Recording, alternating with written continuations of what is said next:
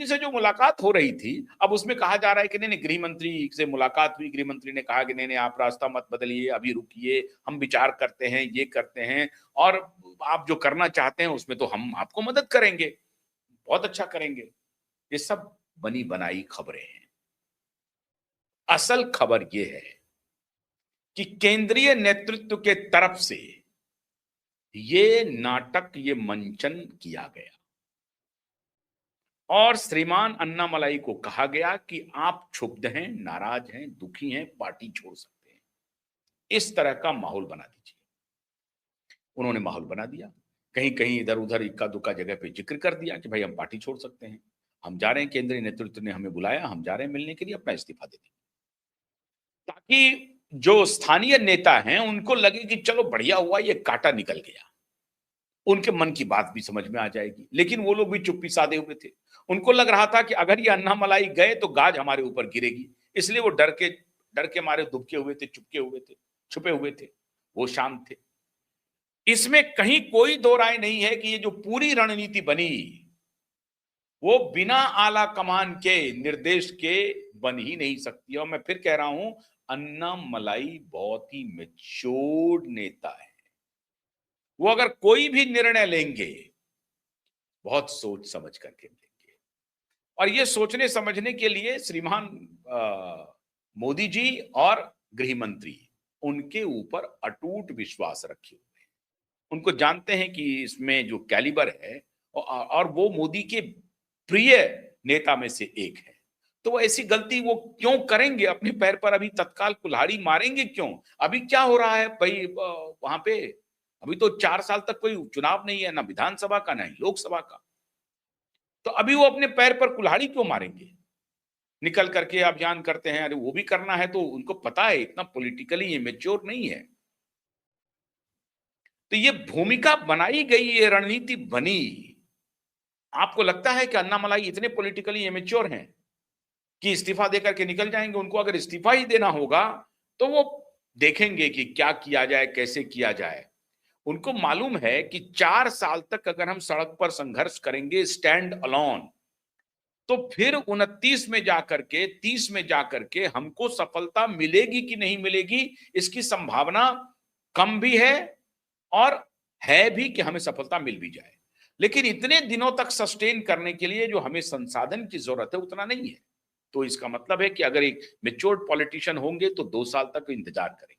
2 साल के बाद वो कुछ देख लेंगे कि सरकार का एंटी इनकम्बेंसी उनको सामने आ जाएगा और उसके बाद वो कुछ ना कुछ तय करेंगे। ये एक पॉलिटिकल मेच्योर्ड पॉलिटिशियन का जो जो कि ट्रेडिशनल पॉलिटिक्स में बिलीव करते हैं, वो आराम से इस बात का आकलन कर सकते हैं कि भाई अभी ना तो चुनाव है वहां पे, ना विधानसभा का, ना लोकसभा का। ऐसी परिस्थिति में हम आ बैल मुझे मार वाली कहानी क्यों करेंगे? और अभी उनकी सरकार बनी हुई है, समर्थन है चला हुआ, वो ऑलमोस्ट मेजॉरिटी के करीब है। थोड़े से एमएलए से जो उनको समर्थन वो बना हुआ है, उसमें एआईएडीएमके का भी समर्थन मिल जाएगा, कांग्रेस भी है, सीबीके भी है और बाकी सीपीआई सीपीएम भी है। सबने समर्थन दे दिया है, तो अभी हम क्यों सर मगजमारी करें? अगर पब्लिक मूवमेंट करने की भी जरूरत होगी तो 2 साल के बाद करेंगे। तब तक विजय की कुछ नाकामी आ जाएगी हमारे सामने। अभी तो उनका हनीमून पीरियड चल रहा है विजय का। अभी वो बहुत बड़ी गलती इस तरह से किए नहीं है। लोगों का मोह भंग होगा। 2 स्टेट में दूसरी सरकार, केंद्र में दूसरी सरकार है। पता नहीं मोदी जी का उनको विजय को समर्थन मिलेगा या नहीं मिलेगा। अभी फाइनेंशियल क्राइसिस होने वाला है तमिलनाडु में। कहा जा रहा है कि लाखों के कर्ज में है तमिलनाडु। अब जब जब फाइनेंस की जरूरत होगी इंफ्रास्ट्रक्चर डेवलपमेंट के लिए, लोगों को तनख्वाह देने के लिए, वजीफा बांटने के लिए, जो पॉपुलर स्कीम्स हैं वो चलाए हैं, उनके लिए जो पैसे की दरकार होगी तो केंद्र की तरफ जाना होगा। केंद्र उसे देगी कि नहीं देगी, तब उनके सफलता और असफलता, उनकी नाराजगी सामने आएगी लोगों की कि साहब विजय ने तो ये कहा था, ये किया नहीं, विजय ने ये कहा था, ये किया नहीं, यहां भी फेल, यहां भी फेल। तब फेल और पास का कैलकुलेशन करके तब हम अटैक करेंगे। अभी से वो संपर्क अभियान में चले जाएंगे, ऐसा नहीं हो सकता है। तो दाल में कुछ काला तो पहले से ही मुझे लग रहा था। कोई भी पॉलिटिकल इक्वेशन ऐसा दिख नहीं रहा था जिसमें कि अन्नामलाई इस्तीफा देकर के चले जाए।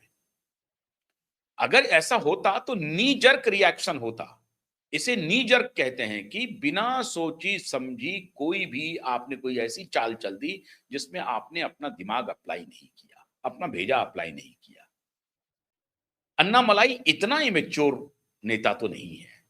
वो एक पकी अच्छी खासी नौकरी छोड़ करके आए हैं, तो इस अपरिपक्व कोई निर्णय लेंगे ऐसा वो करेंगे नहीं।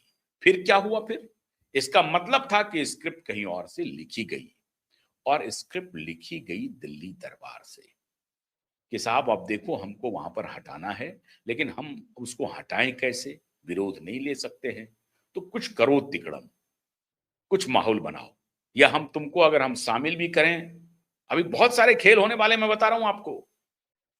कैबिनेट में भी शामिल करने की, और ये बात क्यूबाइड नेटवर्क ने सबसे पहले बताई थी कि अन्ना मलाई मोदी के विस्तारित कैबिनेट में शामिल हो सकते हैं।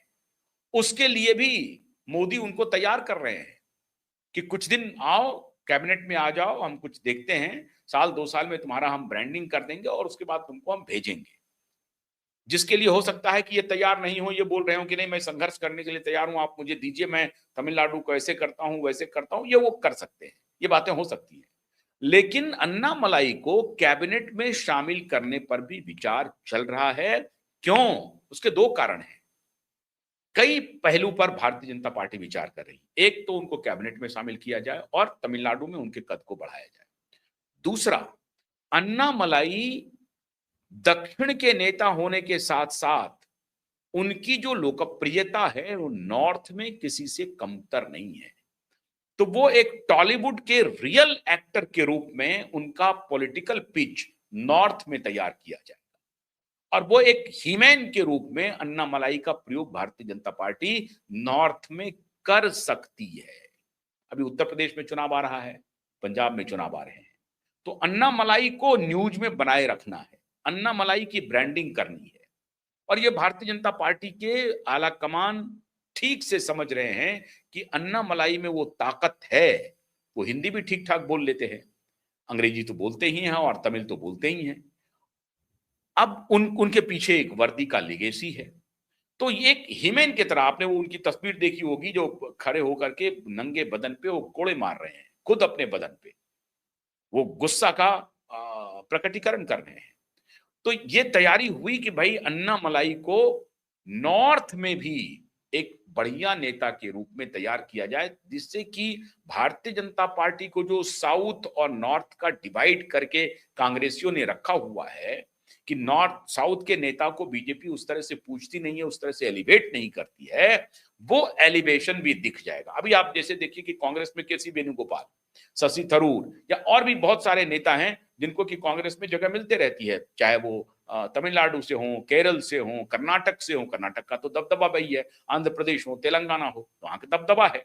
तो भारतीय जनता पार्टी चाहती है कि अन्नामलाई के सहारे हम साउथ के एक बड़े नेता को तैयार करें और